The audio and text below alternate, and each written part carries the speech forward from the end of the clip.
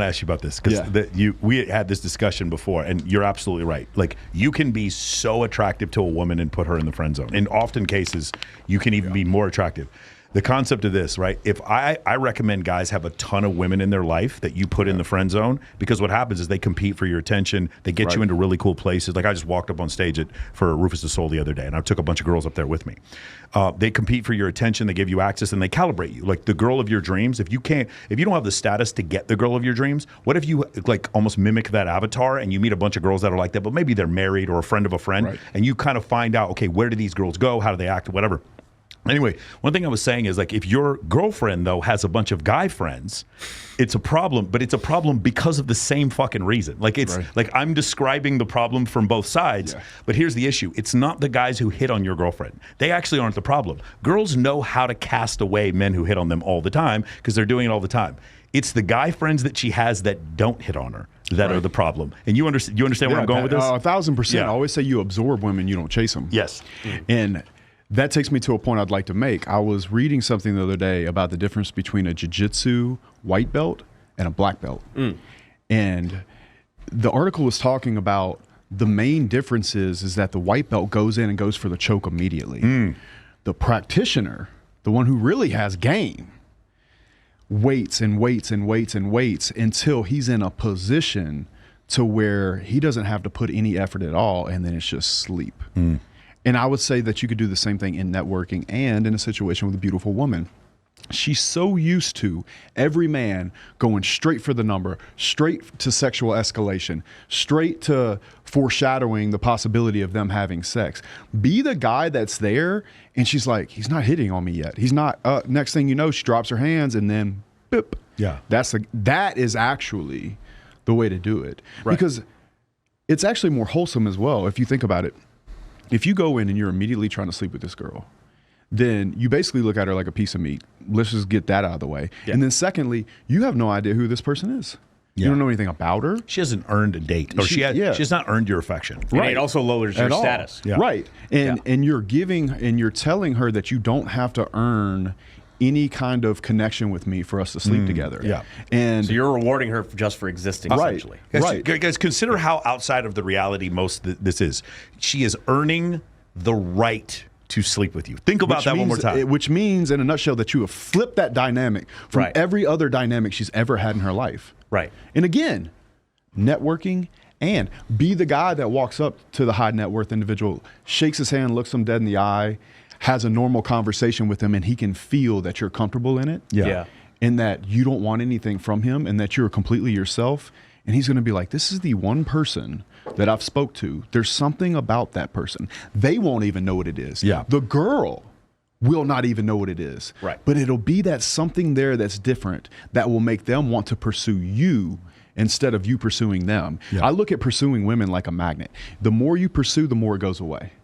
You want to create gravity. And again, I cannot emphasize this enough. I mean this in networking and when you're dealing with females.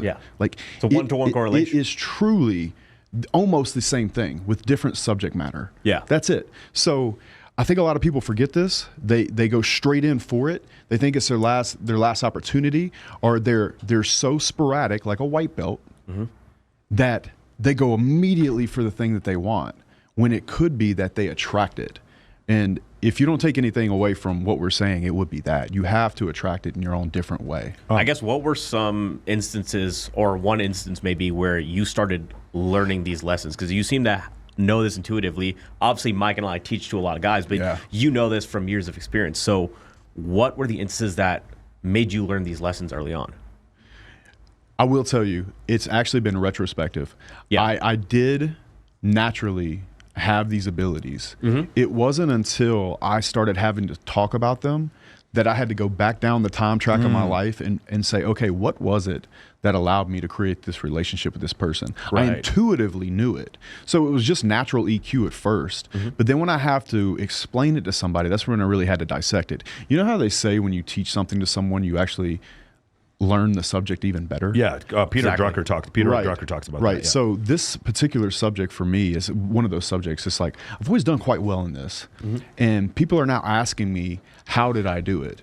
And I had to stop and really rewind and think, what was going through my mind? Why did that happen? Why was it their idea? Why did I choose not to ask for a photo? Why did I choose not to escalate with this woman or escalate in business with some individual?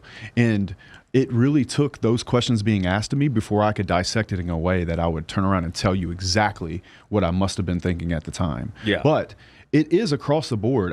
People like separate men and women in so many ways, but in so many ways, men and women are the same. When we talk about women are emotional, well, I have enough employees to know that grown-ass men are also emotional. Right. Yeah. So you might have these different avatars of people. On the other hand, I know plenty of women that are very strong and kind of cold, kind of a bit ruthless, hard shells to crack. You mentioned your management team with your construction company is mostly female. Right. Yeah, absolutely. And my ops manager, Renee, she is a stone cold killer, bro. In fact, she'll have men come in her office and start crying, and she has to tighten them up, cuss them up and down. There are different personalities regardless of gender. Everybody, we have souls, right? I do believe there's some strong-souled women in this world. Of course. For sure. Of course. One of the things I talked about with Jeremy Miner, and I talked about this with Austin Dunham, was the concept of the similarities at the highest level between business and dating, which is something you just mentioned before. Yeah. You get to this point where, one of the funny things is often I'll go in some social situation and there'll be some guy that I've always wanted to meet. I'll go up and shake his hand, and I'll be with a girl I just met. And I'll introduce the two of them together, and they don't know that I just met them. Right. And it becomes like Euclidean geometry, where it's like because A equals B and B equals C, then C equals A. So they just see like this guy I just introduced him to a playmate, and I just introduced her to a billionaire. So who the fuck am I? Yeah. And that's an incredible, we call it value arbitrage. The connector, that connector role is another thing that you can do. But what is that? That is networking and dating at the same time. 100%. I couldn't agree with you more. Yeah.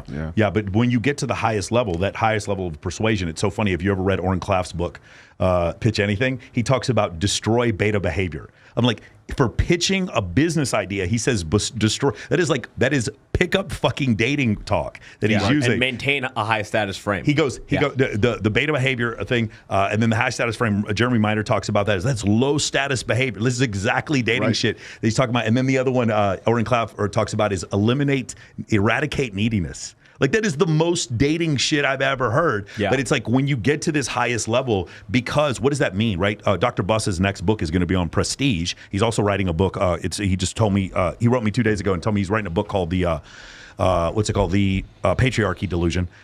So he's like, these books, he understands in the concepts of evolutionary psychology that we are basically individuals, men and women, who are attuned to status.